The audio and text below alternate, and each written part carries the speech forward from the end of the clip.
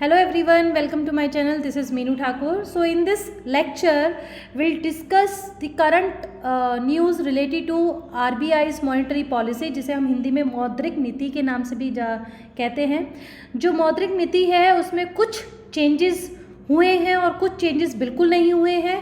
और आरबीआई के जो गवर्नर है शक्तिकांत दास, उन्होंने कुछ की हाइलाइट्स पे और भी नज़र डाली है। तो देखते हैं क्या कुछ नए चेंजेस आए हैं, क्योंकि इस साल फाइनेंशियल ईयर 2024-25 की ये पहली बाय मंथली रिपोर्ट है आरबीआई की। मैं आपको बता दूं, ये पहले थ्राइस क्वार्टरली होती थी, बट अब बाय मंथली हर एक महीना छोड़ के ये रिपोर्ट आती है to check the price stability और the money supply in the market. ठीक है, चलिए अब रेलिवेंस में मैंने आपको बता ही दिया है जैसे, लेकिन फिर भी थोड़ा सा और पढ़ लेते हैं कि आरबीआई ने क्या किया थोड़ा डिटेल में। कि आरबीआई ने अपने रेपो रेट को चेंज नहीं किया है। ये 7वीं बार है, दिस इज 7th टाइम कि जब आपका रेपो रेट अनचेंज्ड है। ठीक है, रेपो रेट क्या होता है, रेपो रेट क्यों चेंज किया जाता है, क्या इसकी इम्पोर्टेंस है, क्या इम्प्लीकेशन है, विल डिस्कस एवरीथिंग। ये रेपो रेट जो है अप्रैल 2023 से अनचेंज्ड है। अभी आपका क्या चल रहा है, अप्रैल 2024, यानी ये एक साल से आपका क्या रेट चल रहा है, 6.50। ठीक है, आरबीआई की जो ये कमेटी है इसके किसने हेड किया, गवर्नर शक्तिकांत दास ने। ये this marks the first RBI MPC announcement in the financial year 2024-25, जैसा मैंने अभी बताया। अच्छा, ऐसा क्यों किया आरबीआई ने कि रेपो रेट को क्यों नहीं कम किया? इसलिए नहीं कम किया क्योंकि उन्होंने देखा कि इन्फ्लेशनरी प्रेशनरी अभी जो टारगेट है इन्फ्लेशन का वो है 4%। यहाँ तक इन्फ्लेशन होना चाहिए। इन्फ्लेशन मतलब महंगाई, ठीक है, मुद्रास्फीति, लेकिन अभी हमारा इन्फ्लेशन इससे ऊपर है। तो इन्फ्लेशन जब ऊपर होता है उसके पीछे दो कारण होते हैं। एक कारण होता है डिमांड फैक्टर, ठीक है, दूसरा होता है सप्लाई फैक्टर। डिमांड फैक्टर को कहते हैं डिमांड पुल फैक्टर है ये, और सप्लाई यानी पुश। ठीक है, इसे हम कॉस्ट भी कहते हैं। क्या होता है भाई, पूरी इकॉनमी एक ही सर्कल पे घूम रही है। एक तरफ आपका कौन है, एक तरफ आपका प्रोड्यूसर है, दूसरी तरफ आपका कौन है, कंज्यूमर है। ठीक है, यानी उपभोक्ता है। उसे सामान खरीदना है सस्ते में और प्रोड्यूसर को सामान बेचना है महंगे में। तो बीच में क्या है, प्राइस। अगर सही प्राइस नहीं उचित होगा प्रोडक्ट और गुड्स और सर्विस का, तो भाई इन दोनों के बीच में जो ट्रेडिंग रिलेशन है वो होगा ही नहीं, क्योंकि कस्टमर खरीदेगा नहीं। मांग का नियम क्या कहता है, when price will go up demand will go down. तो कंज्यूमर को लो प्राइस पे करना है, प्रोड्यूसर को हाई प्राइस जिसमें प्रॉफिट ज़्यादा हो। तो आरबीआई का रोल होता है, अच्छा कंज्यूमर, ये तो लॉ ऑफ डिमांड हुआ, लेकिन जस्ट अपोजिट होने लगता है कि हाई प्राइस हाई डिमांड। ऐसा क्यों हो रहा है? ऐसे कुछ लोग, ऐसे कस्टमर्स हैं जिनके पास मनी सप्लाई ज़्यादा है, तो इन कुछ लोगों की वजह से लॉ ऑफ डिमांड एप्लीकेबल नहीं होता है। लॉ ऑफ डिमांड कहता है कि भाई अगर प्राइस 100 रुपये की चीज़ 200 रुपये में बिक रही है तो कंज्यूमर इज़ रेडी टू पे 200 रुपीज़ टू द शॉपकीपर। तो बाकी के जो लोग हैं उनका क्या, they will be deprive to avail the products और दी सर्विस, क्योंकि 200 रुपये उनके पास नहीं है, वो तो 100 ही पे कर सकते हैं।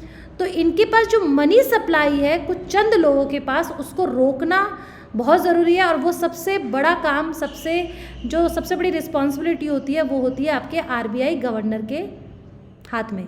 तो वो समय समय पर मनी सप्लाई को रिड्यूस करते हैं, प्राइस स्टेबिलिटी लाने के लिए कोशिश करते हैं, क्योंकि कीमतें दो ही कारण से बढ़ता है। जैसे कि अगर एक पेन है, अगर मैं इस पेन को, इस मार्कर को जो मैं चला रही हूँ, इसको मैं प्रोड्यूस कर रही हूँ, इसका मैं दाम रख रही हूँ, अगर मैं इसका दाम रखती हूँ ₹50 सपोज, तो 50 रुपये मैंने इसका दाम रखा किस बिहाफ पे, on the basis of the cost of the production, है ना।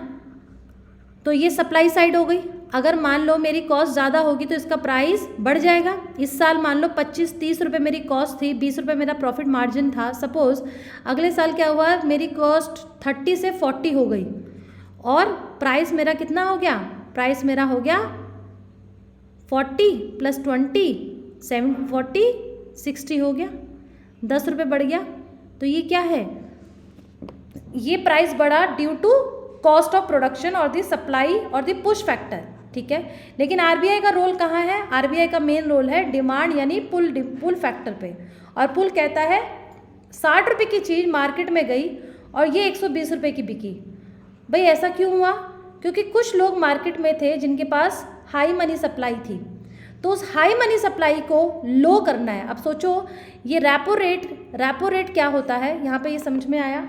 रेपो रेट क्या है वो समझो कि रेपो रेट होता है रीपरचेस रेट। रीपरचेस मतलब जो भी जीसैक है, जैसे कि मान लो जितने बैंक्स हैं, शेड्यूल्ड कॉमर्शियल बैंक्स हैं, ठीक है, scheduled commercial banks, they need loan. ये पब्लिक है, जनता है, पब्लिक को पैसा उधार देना है। तो जो कॉमर्शियल बैंक्स है जैसे कि एसबीआई के पास पैसा होना चाहिए, डिफरेंट सोर्सेज से पैसा लेता है। एक आता है आरबीआई, मेजर रोल। तो SBI will approach to RBI, ठीक है, कि आप मुझे लोन दीजिए शॉर्ट टर्म के लिए, ठीक है, 1 साल के लिए लोन मुझे दे दीजिए। तो आरबीआई कहता है अभी बदले में आप मेरे पास क्या गिरवी रखवाओगे? कोलेट्रल क्या होगा? कोलेट्रल होगा मेरा जीसैक। तो जीसैक की जितनी वैल्यू होगी उस वैल्यू के आधार पर मैं आपको लोन सेंक्शन करूँगा। एसबीआई कहता है ठीक है भैया। तो जीसैक दिया, तो वो कहता है जब आप मुझे वापस देने दोगे पैसा तो इस जीसैक को वापस ले लेना, ठीक है। तो रेपो मतलब रीपरचेस, जो मुझे आप दोगे उसे परचेस कर लेना, ठीक है। तो जिस रेट पर आरबीआई एसबीआई को लोन देता है शॉर्ट टर्म पर्पस के लिए, उसको रेपो रेट कहा जाता है। क्लियर हो गया? अब सोचो आरबीआई ने ये रेपो रेट रिड्यूस कर दिया, अभी 6.5 है, रिड्यूस करके मान लो 4% कर दिया, तो एसबीआई के पास पैसा आ गया ज़्यादा, क्योंकि एसबीआई डेफिनेटली विल, जो भी कस्टमर होता है वो अट्रैक्ट होगा क्योंकि उसका भाई लोन सस्ता पड़ रहा है। अब वो 4% पे लोन ले लेगा बहुत ज़्यादा। जब उसके पास हाई लोन आ गया, उसका लोन ही तो प्रोडक्ट है ना बेचना, वो किससे कमाई करता है? ब्याज किससे कमाता है? जब वो लोन देता है जनता को। तो एसबीआई जनता को लोन देगी लो रेट ऑफ इंटरेस्ट पे या हाई? डेफिनेटली लो, क्योंकि उसको खुद रेट ऑफ इंटरेस्ट लो पड़ा है, ठीक है। आरबीआई इसको देख रहा है, अब जैसे लो रेट पे इंटरेस्ट देगी, पब्लिक को पैसा दे देगी, तो पब्लिक के पास क्या हो जाएगा? High money supply. High money supply leads to high inflation. और आरबीआई का मुख्य रोल क्या है? टू मेंटेन प्राइस स्टेबिलिटी और to reduce inflation in the market, है ना। तो RBI what he will do, इस 4% को 6.5% करेगा, ताकि एसबीआई को महंगा पड़े लोन, एसबीआई कम से कम लोन ले आरबीआई से। जब कम लोन रहेगा तो वो आगे जनता को देगी महंगे हाई रेट ऑफ इंटरेस्ट पे, और जनता भी समझदार होती है, भाई जब चीज़ महंगी होगी, लोन महंगा होगा तो वो नहीं लेगा। और जब पब्लिक पैसा नहीं लेगी तो मनी सप्लाई जो है वो रिड्यूस हो जाएगी, लो हो जाएगी। लो मनी सप्लाई होगी तो शॉपकीपर को वो बार्गेनिंग करेगी ना, जो 60 रुपये की चीज़ है भैया वो आप ज़्यादा से ज़्यादा 80 रुपये में वो खरीदेगी, ना कि 120 रुपये में। तो पीछे बार क्या हुआ था? टमाटो, जब टमाटर का रेट 40 रुपये किलो जो बिकता था, वो रेट 200 रुपये तक भी बिका था। मॉनसून में भी आपकी सब्जियां बहुत महंगी हो जाती है। रीज़न सिर्फ ये नहीं होता है कि हाई मनी सप्लाई, सबसे पहले तो यही बोला जाता है कॉस्ट फैक्टर, कि भैया प्रोडक्ट की सप्लाई कम है, सप्लाई सिर्फ 5 है, खरीदने वाले 10 हैं, वही 10 लोग में से वही लोग खरीद पाएंगे जिनके पास हाई मनी सप्लाई होगा। और मौके का फ़ायदा उठाता है दुकानदार, जो चीज़ 40 रुपये की है उसको बेचेगा 200 रुपये में, क्योंकि उसको पता है सप्लाई ऑफ यूनिट्स कम है, तो पीपल वुड डेफिनेटली बाय, वो लोग खरीद लेंगे जिनके पास हाई मनी सप्लाई होगी। तो आरबीआई ने ये ऑब्जर्व किया कि प्रेजेंटली जो इन्फ्लेशन टारगेट रखा गया है, अभी भी इन्फ्लेशन हाई है। हाई इन्फ्लेशन की वजह से रेपो रेट को रिड्यूस नहीं किया गया, 6.5% ही है। ये 7वीं बार है जब चेंज नहीं हुआ, पिछले 1 साल से 6.5 चला आ रहा है, ठीक है। रेपो रेट का लिंक होता है इन्फ्लेशन से डायरेक्टली, ठीक है। लिक्विडिटी को मेंटेन करता है थ्रू हाई और लो दिस रेपो रेट, ठीक है। ये पहली ये चीज़ डिस्कस हो ही गई है। अब आरबीआई ने इसको कट नहीं किया, उसके पीछे ये भी रीज़न था कि भाई इन्फ्लेशनरी प्रेशर तो हाई है।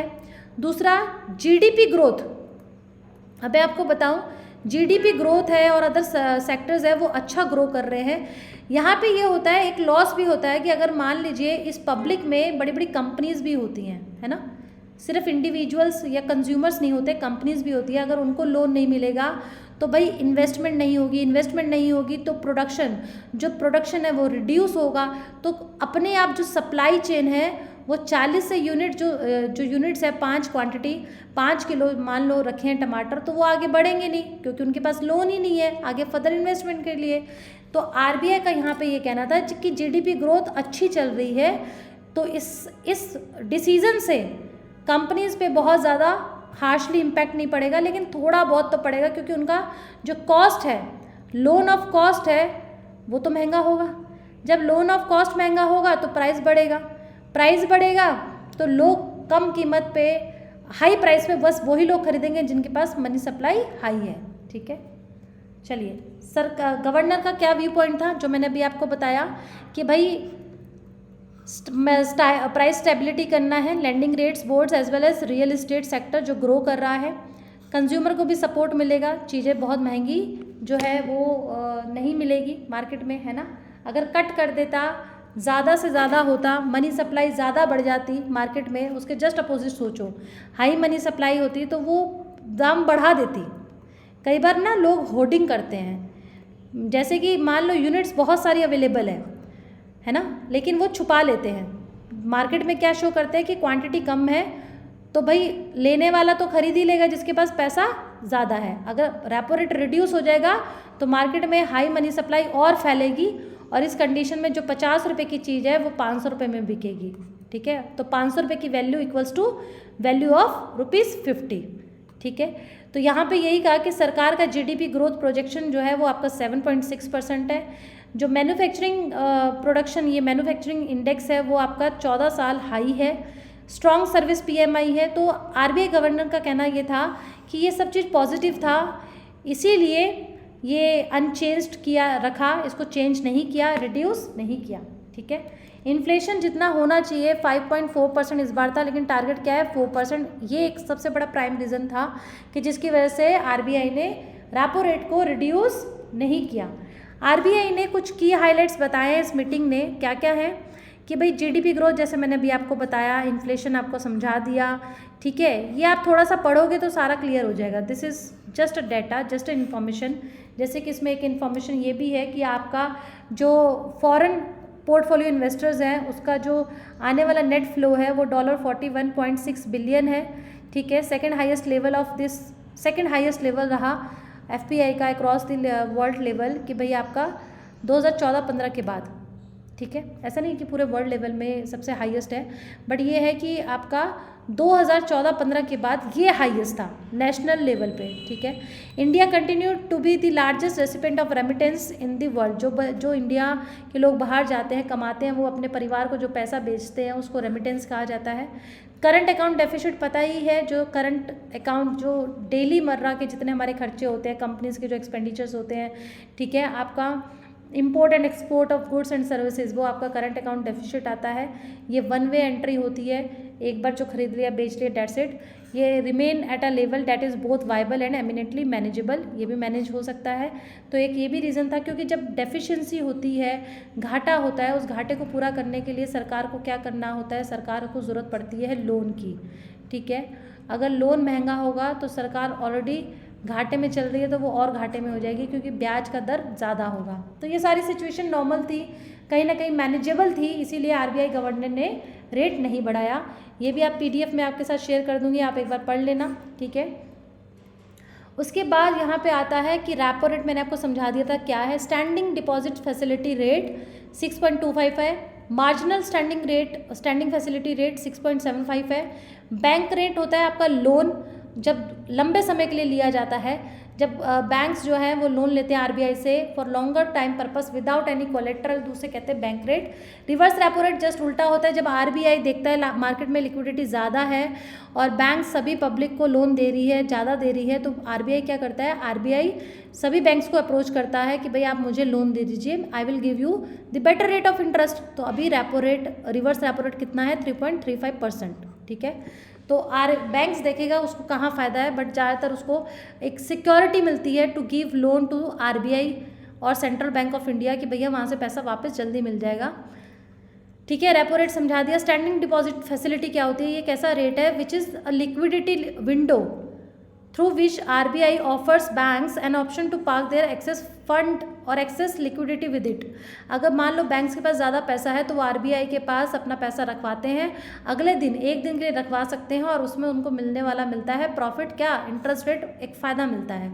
मार्जिनल स्टैंडिंग फैसिलिटी रेट क्या होती है? ये एक ऐसा रेट है जिसमें banks can borrow from RBI against approved government securities overnight. जैसे रेपो रेट है लंबे समय के लिए, थोड़ा सा लंबे शॉर्ट टर्म पीरियड है बट थोड़ा ड्यूरेशन लंबा है। मार्जिनल स्टैंडिंग होता है MSFR सिर्फ एक रात के लिए।